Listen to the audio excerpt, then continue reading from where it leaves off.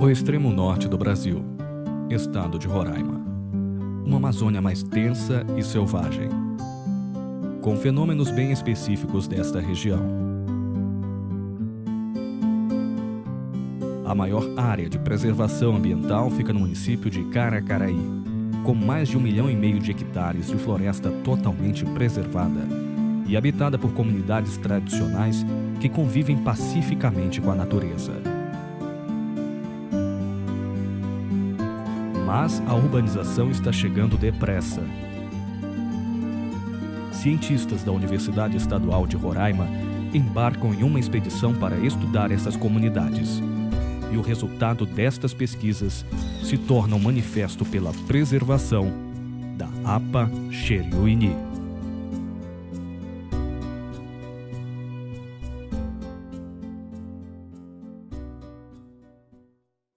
O meu nome é Juliane Marques de Souza, sou professora da Universidade Estadual de Roraima, pesquisadora do Laboratório de Turismo, Ecologia e Meio Ambiente. Há alguns anos nós estamos desenvolvendo pesquisas na região do Baixo Rio Branco, dentro de uma perspectiva de compreensão, das estratégias de sobrevivência e de reprodução social das comunidades ribeirinhas. E especificamente nessa expedição percebeu-se que as comunidades elas desconheciam o fato de estarem inseridas dentro de uma área de preservação ambiental, e especificamente a APA Xeriuini. Essa APA foi criada em 1999. Você sabe onde é o Pão de Açúcar, a água bota no Nivini, o pessoal pesca muito ali.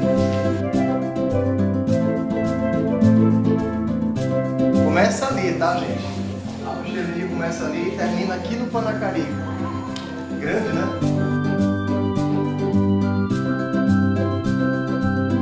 Ivanise Maria Risati, professora da Universidade Estadual de Roraima e pesquisadora do Laboratório de Turismo, Ecologia e Meio Ambiente, o LabTema. E dentro desse diagnóstico que está sendo levantado nestas comunidades, eu trabalho com a parte de qualidade da água e saneamento básico. Tendo em vista que essas comunidades se desenvolveram e se desenvolvem ao longo do rio, o rio passa a ser o principal recurso natural deles, onde eles extraem a pesca e também a água onde eles coletam para o consumo. E essa água, como ela é coletada diretamente do rio, a maioria das comunidades não tem nenhum tratamento prévio desta água. Como a água ela é um principal veículo onde você tem acesso a diversos tipos de doenças, principalmente verminoses, então algumas dessas regiões, dentro de um diagnóstico que nós já levantamos, muitos sofrem com a péssima qualidade da água.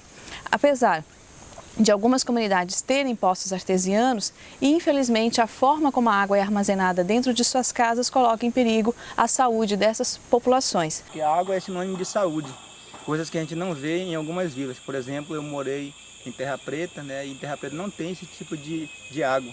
A água que se consome lá é a água do próprio rio, e que é uma água impura, que nós sabemos que faz mal para a saúde. E com isso as doenças vêm. E aqui não, a água é límpida, como vocês podem observar aqui. A água ela é uma água encanada, a bomba fica dentro do próprio poço e abastece a nossa comunidade. Que foi o nosso motor, nosso gerador de energia quebrou, e levaram para Caracaraí para ajeitar.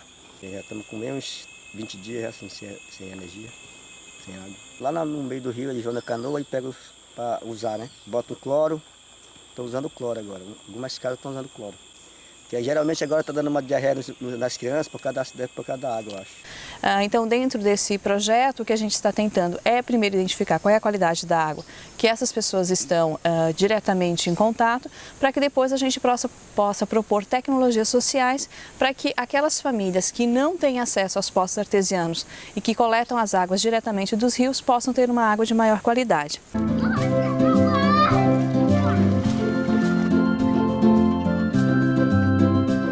Entretanto, não adianta você falar de qualidade de água se você não tem o saneamento básico também interligado, porque infelizmente essas comunidades não possuem nenhum tratamento de esgoto, então o que eles têm são fossas rudimentares ou valas que acabam correndo pela comunidade e indo diretamente nos rios.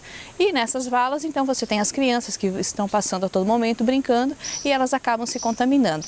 E para piorar a situação, na época de cheia, nas comunidades onde elas ficam totalmente inundadas, então a água do rio, quando sobe, se mistura a essa água das fossas ou das valas, o que acaba então prejudicando ainda mais a qualidade da água e trazendo mais problemas de saúde para essa população que está um pouco longe dos grandes centros e que tem dificuldades, inclusive, para acesso de hipoclorito, que seria uma forma de minimizar os problemas dessa água de péssima qualidade que eles ingerem. Eles convivem e aprendem a conviver com a dor, porque, por exemplo, nós temos aqui o caso do seu Homero, onde ele teve uma costela quebrada, não tratou, mas ele sente as dores e tem os problemas devido a essa não cicatrização dessa pequena fratura. Aí tá quebrado. É verdade Tá quebrado. Aí, rapaz, quando eu pisei no banco, né, pisou na beira da canoa, eu entrei lá para debaixo do banco da polpa. Aí eles que me puxaram, que eu não saí, eu fiquei lá socado, colega.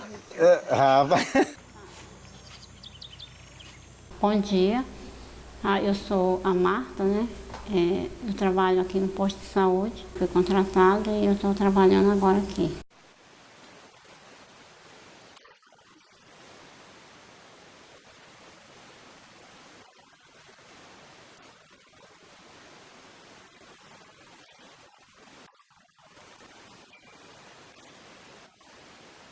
O problema que mais atinge é a gripe, né? Aí até atualmente está assim, tipo uma virose.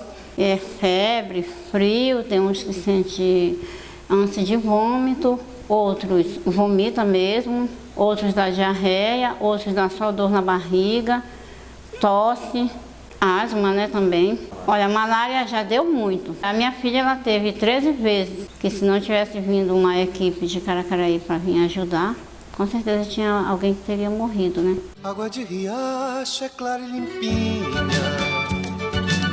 mas às vezes turva com a chuva violenta.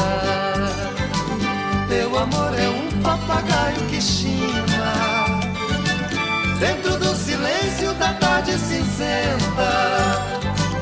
E o amor é um rio profundo, rio de muitos sinais, onde os barcos passam conforme o vento deseja e faz.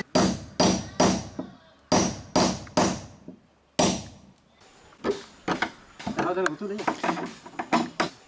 De vez em quando a gente está construindo barco. Mas esse aqui tá mais de ano. Trabalha o Bento, eu, o papai, ali o Deri. O mês nós ganhamos com isso aí. Não tem outro ganho, né? Nós estamos sobrevivendo sobre isso aqui, esse trabalho. A mais magra das palmeiras, mais mulher do sangue grosso e homem do sangue vasto, tu te entrega até o garoto.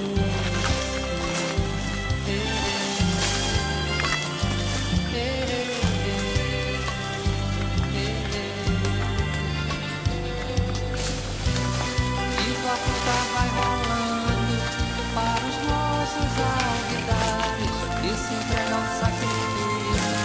Fruta santa, fruta Marte, tens o dom de seres muito, onde muitos não tem nada.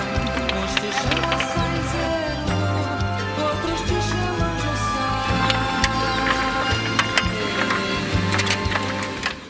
de Sou Marcílio Alves Chiac, sou professor de Economia da Universidade Estadual de Roraima.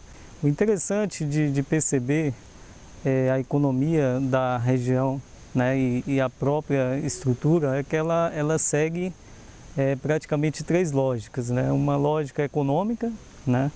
Uma lógica ambiental e uma lógica sociocultural, em que na econômica se utiliza, né, dos recursos da floresta para poder gerar mercadorias que possam ser trocadas externamente, né, fora da comunidade. E com essas relações sociais e econômicas surgem figuras que têm um papel importante dentro dessa dinâmica, né? Surge uma economia que muitas vezes não é vista, né, pelas autoridades, pelos órgãos de pesquisa, né? Surge um agente, né, importante para essa região, né, que é a figura do regatão ou do atravessador. Ele recebe, né, mercadorias em troca de equipamento de pesca, etc. E aí esse regatão ele é uma figura importante dentro da comunidade porque ele mantém, né, uma ligação entre a comunidade e o setor externo, né? Geralmente os produtos aqui da região, pelo que a gente tem visto, eles têm sido escoados principalmente para Manaus, Barcelos e a própria cidade de Caracaraí.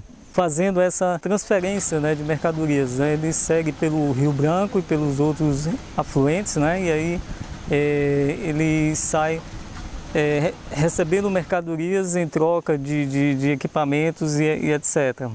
E aí ele vai fazendo com que haja uma acumulação, né, de um determinado capital aqui para as comunidades ribeirinhas. Eu comecei com 14 anos, estou com 61. No regatão todo tempo, desde rapazinho. Porque quando eu comecei, o papai naquele tempo ele era empresário em Manaus, aí eu não quis estudar na época, né? Eu estudei pouco, né? O papai então tem que trabalhar. Aí ele me deu um motor para me trabalhar. Aí eu vim com o senhor chamado Dico Moreno para cá, né? Que tem um Agenor, que é tio desse menino aí que é o vice-prefeito. Aí eu vim com ele, até no seu Melo por ali, né? Aí eu vi que a viagem era boa e quando eu voltei meu motorzinho meu. Aí tô aqui todos esses anos, papai morreu, eu fiquei. Porque o papai não vinha, só vinha eu, né? Aqui o pessoal que não tem o dinheiro na mão, eles dão um cartão pra minha mulher, a gente vai, se paga aí, mesmo se paga de faz as compras, isso, vai, assim que eles fazem com a gente aqui.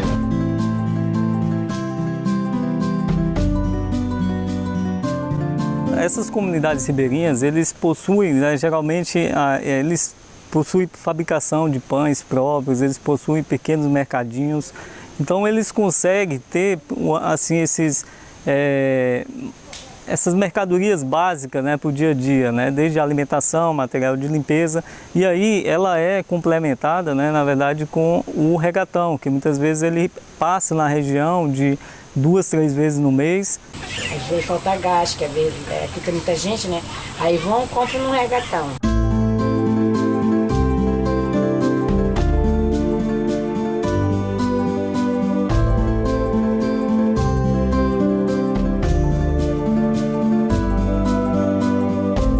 Meu nome é Tiago José Costa Alves, sou professor da Universidade Estadual de Roraima, pesquisador do Laboratório de Turismo, Ecologia e Meio Ambiente. Eu entendo que as possibilidades de desenvolvimento que são direcionadas para comunidades tradicionais hoje no Brasil, por meio de modelos, elas não contemplam a complexidade dessas relações e acabam por ser superficiais e empobrecidas. Entendo também que, para que a gente possa dar o primeiro passo para entender essas relações, a gente tem que entender que o homem, nessa perspectiva, e suas relações, suas dinâmicas ambientais, ele deve sim ser considerado como um ambiente e não separado. Eu entendo também que aqui na APA Xeriuni, a gente tem um problema muito grave, porque a gente não tem a manutenção das condições básicas de vida. E isso inclui educação, saúde, saneamento básico e transporte, né, que seria, a partir daí, essa condição pode ser estabelecida como algo local. Vamos calcular 2x sobre y mais 1/3 xy.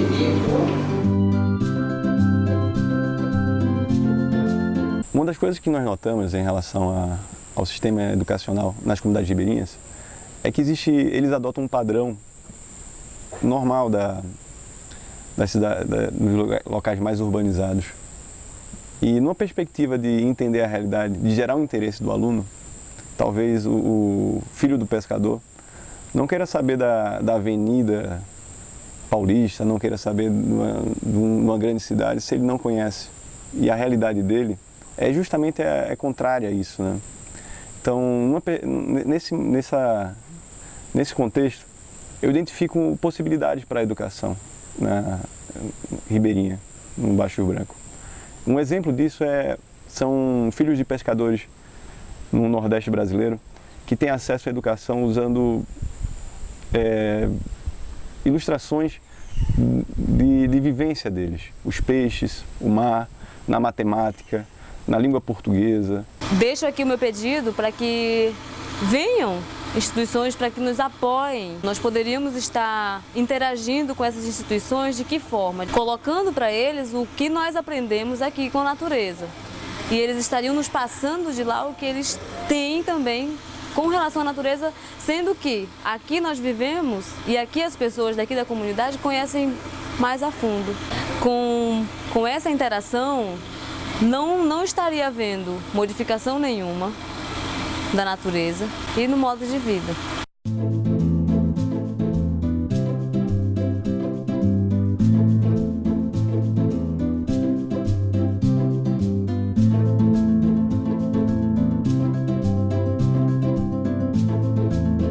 O turismo ele está acontecendo já na Apaxeri-Uini há algum tempo, mas o que a gente tem percebido ainda de maneira incipiente, porque mais estudos têm que ser feitos, é que a comunidade ela ainda não se apropriou completamente dessa prática e dessa atividade. Dentro das discussões de desenvolvimento rural, o turismo ele é considerado como uma atividade alternativa de renda. Ela não pode, estudos têm mostrado que ela não pode tornar-se a principal atividade. Por quê? Porque ela tem uma tendência a descaracterizar a mão de obra local. Quando você pega um pescador que está acostumado a sair para pescar e tem um profundo conhecimento do peixe, da biologia reprodutiva do peixe, e desloca a mão de obra dele para atender um grupo de turista, agindo simplesmente como um prático, o piloteiro, ele acaba destinando parte do seu tempo e do seu conhecimento para uma nova atividade. A tendência é que a longo prazo a gente perca essas informações, ele mesmo deixe de passar essas informações para os filhos e de geração a geração a atividade, a mão de obra inicial, que era a pesca, acabe desaparecendo. Isso tem acontecido, alguns estudos têm mostrado isso.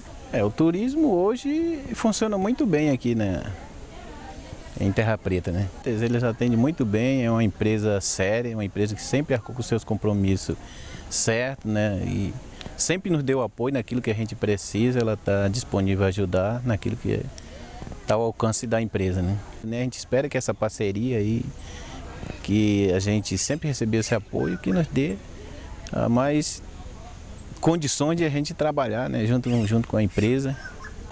O nosso povo aqui vive em uma parte do tempo de turismo, é um tempo bem curto, Quando o turismo vai aí, uns meses aí todo mundo quer aquele negócio, etc. É que é pouco trabalho para muita gente. Depois disso o povo tem a época do período da castanha agora, nesses invernos, mas por esse ano a castanha falhou, que sempre aquela das vezes 2 anos, assim, e depois ela falha 2 anos, 3 anos e assim vai. Então é preciso muito cuidado quando se vai pensar na prática do turismo. Ele é muito bem aceito dentro de uma lógica de desenvolvimento rural como uma atividade, uma estratégia extra, de sobrevivência, que venha em momentos de dificuldade das outras atividades, porém sempre muito bem pensado para que as outras informações elas não se percam com o tempo. O turismo do Rio aqui é bom para nós, porque aqui nós temos aqui, nós temos pegado a Liga do Rio, quando eles passam para a gente tem empregado aqui no colégio, tem empregado na caixa d'água, tem empregado ali na igreja, o dinheiro, e no barco, que está aí o barco da comunidade. Então tem uma parte que a gente emprega nisso aí, O turismo que pensa para essa região da Apaxeri-Uini, ele passa por uma organização que não permite à comunidade ter o poder de decisões.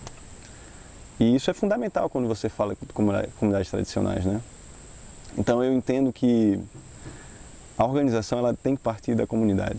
Por mais que você tenha uma concessão de benefícios ambientais, você tira o poder de decisão de um recurso natural que por muitas vezes é necessário para a vida.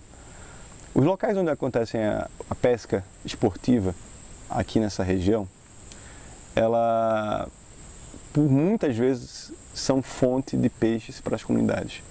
Isso significa que se uma comunidade retira o peixe para a subsistência daquele lago e outras fazem a pesca do peixe de forma esportiva para o turismo, por várias vezes essas comunidades vão desviar os interesses e muitas questões vão aparecer. A primeira delas é como é que esse peixe ele fica depois da pesca esportiva.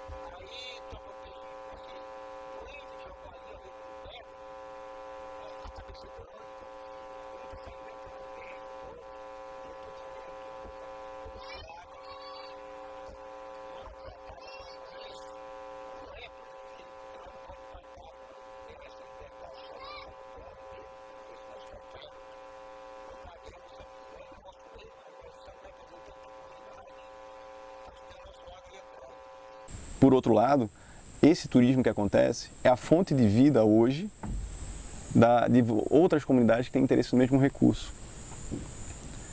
Porém, nunca foi discutido a questão do turista ficar na comunidade. Nunca foi discutido como é que a comunidade pode organizar desde o começo essa atividade. A realização do turismo hoje na APA Cheruini passa por grandes investidores de Manaus, de Boa Vista, que têm por concessão o uso do recurso com a única finalidade dessa prática de turismo de pesca esportiva e que, por vezes, ela ignora o formato e as estratégias de sobrevivência dessas comunidades.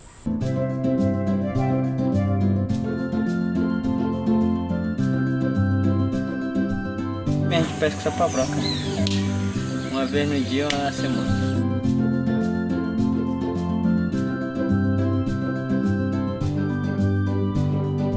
Aqui nós saímos de manhã, né, para pescar. Aí quando é de tarde a gente chega com peixe, entrega, bota na caixa, né? Que é o patrão, né? Ele pesa, bota na caixa. Aí à noite a gente vai até a noite toda, até meia-noite que a gente aguenta, né? Leva para lá de novo para a caixa.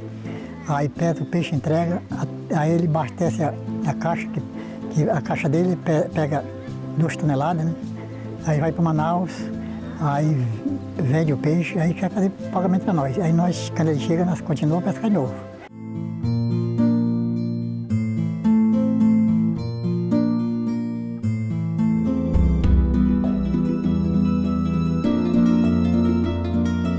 Nós preservamos, porque nós sabemos como é que faz, né? Os outros que vêm de fora não querem saber disso. Eles metem a zagaia, eles metem a rede, aí vai acabando com tudo. Aí passa para dentro do rio escondido e aí ele tira só os tucunaré grandes. Ele faz só escolher, porque na lanterna ele sabe o peixe grande e o peixe pequeno, né? Então ele escolhe só o peixe grande, que é para ele levar para o Amazonas, entendeu? Lá porque é para Manaus. E aí nós, como preserva esse tipo de peixe, o tucunaré, aí nós que fica prejudicado a nós, porque ninguém não usa, não pega o peixe. E o outro de fora vem e pega. É prejuízo porque temos nossa parte que somos pescadores, né? Para comércio, e tem a parte do turismo que pega o tucunaré. Quer dizer que aí quem sofre é o pessoal do turismo, né? Porque pega o tucunaré e tira o tucunaré do rio. A fiscalização tende a ser ineficiente em vários sentidos. Quando se trata de áreas amazônicas, então a situação ela se multiplica, né?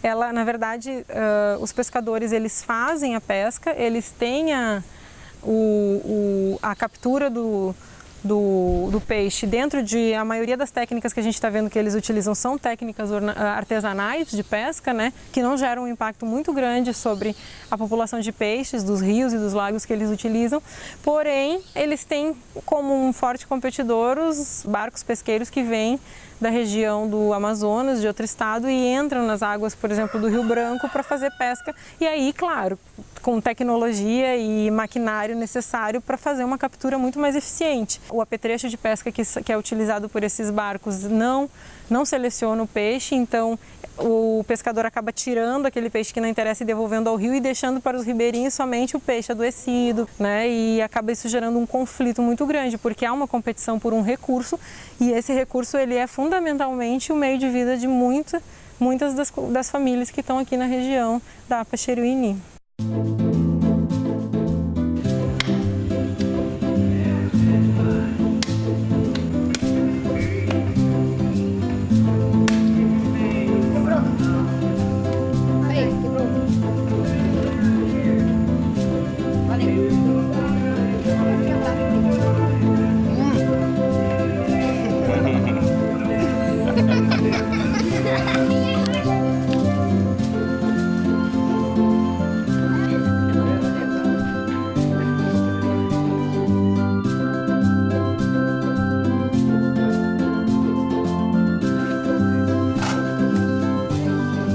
A alimentação dessas populações tem uma grande diversidade, eles têm açaí, castanha, frutas da região amazônica, que é uma região aqui muito rica em biodiversidade, nós também estamos fazendo um levantamento de plantas alimentícias não convencionais, que é aquelas que a gente conhece, alface, tomate, que a gente tem um acesso muito fácil, para eles aqui é muito difícil. Então a gente está fazendo o levantamento, análises químicas, para verificar o potencial nutritivo de algumas plantas que eles não utilizam na sua alimentação, que eles poderiam estar ingerindo e com isso minimizar os problemas da carência de vitaminas, de nutrientes, que aqui nessa região é muito grande.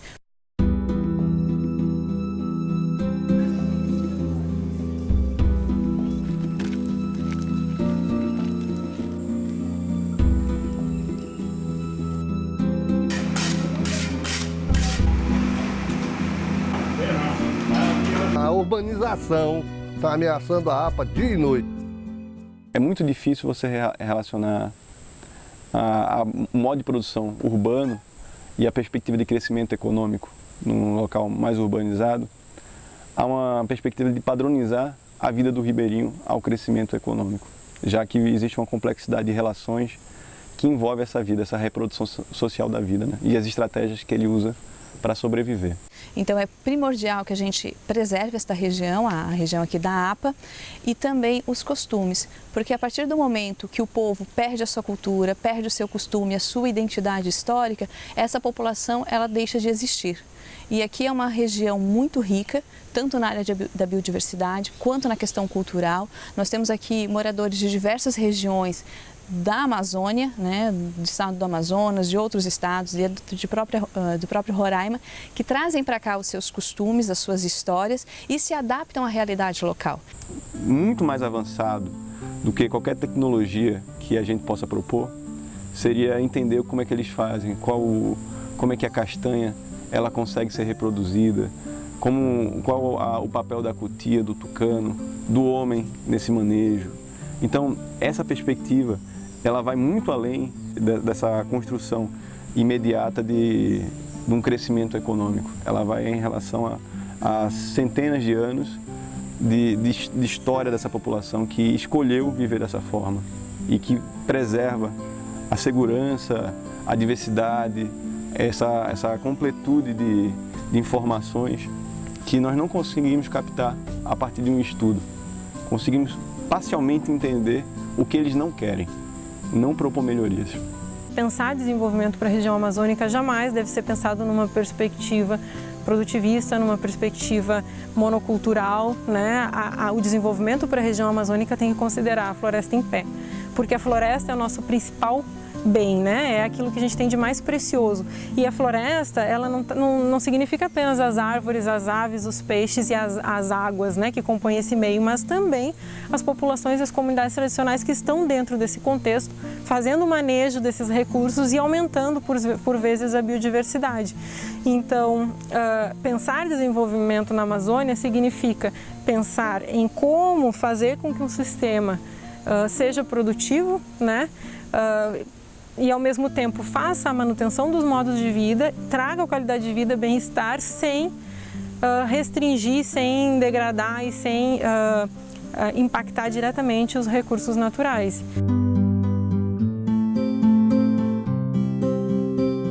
Sou Azel Gomes, secretário municipal do Meio Ambiente e Turismo da Prefeitura de Caracaraí, e os trabalhos da Secretaria no interior da APA Xeruini abrangem desde a fiscalização ambiental, a gestão do turismo de pesca esportiva, a obtenção de informações dos contextos socioambiental, sociocultural e socioeconômico das comunidades residentes no interior da APA. Através de parcerias como a existente com a Universidade Estadual de Roraima, temos buscado viabilizar informações que possam nos levar a uma gestão consolidada da APA Xeruini, com enfoque a partir de uma visão da comunidade, das suas necessidades, dos seus costumes, de suas tradições e também da preservação ambiental. Todo conhecimento gerado pelo contato do ser humano com o espaço natural deve ser tratado como um patrimônio de altíssimo valor, pois é através desse conhecimento que o poder público, as empresas e os governos poderão, juntamente com a sociedade, formular ações, as ações necessárias na área de pesquisa, de preservação dos ecossistemas amazônicos e, sobretudo, de elevação da qualidade de vida dos povos da floresta que aqui residem na APA Xeruini. Afinal de contas, nós, enquanto gestores, não estamos aqui buscando solucionar problemas meramente pontuais, né? Estamos todos lutando por algo muito maior, que é a consolidação da APA Cheruini, né? Que é levar o Brasil a um patamar de excelência na gestão de unidades de conservação, tornando como um exemplo, como um modelo para o restante do mundo.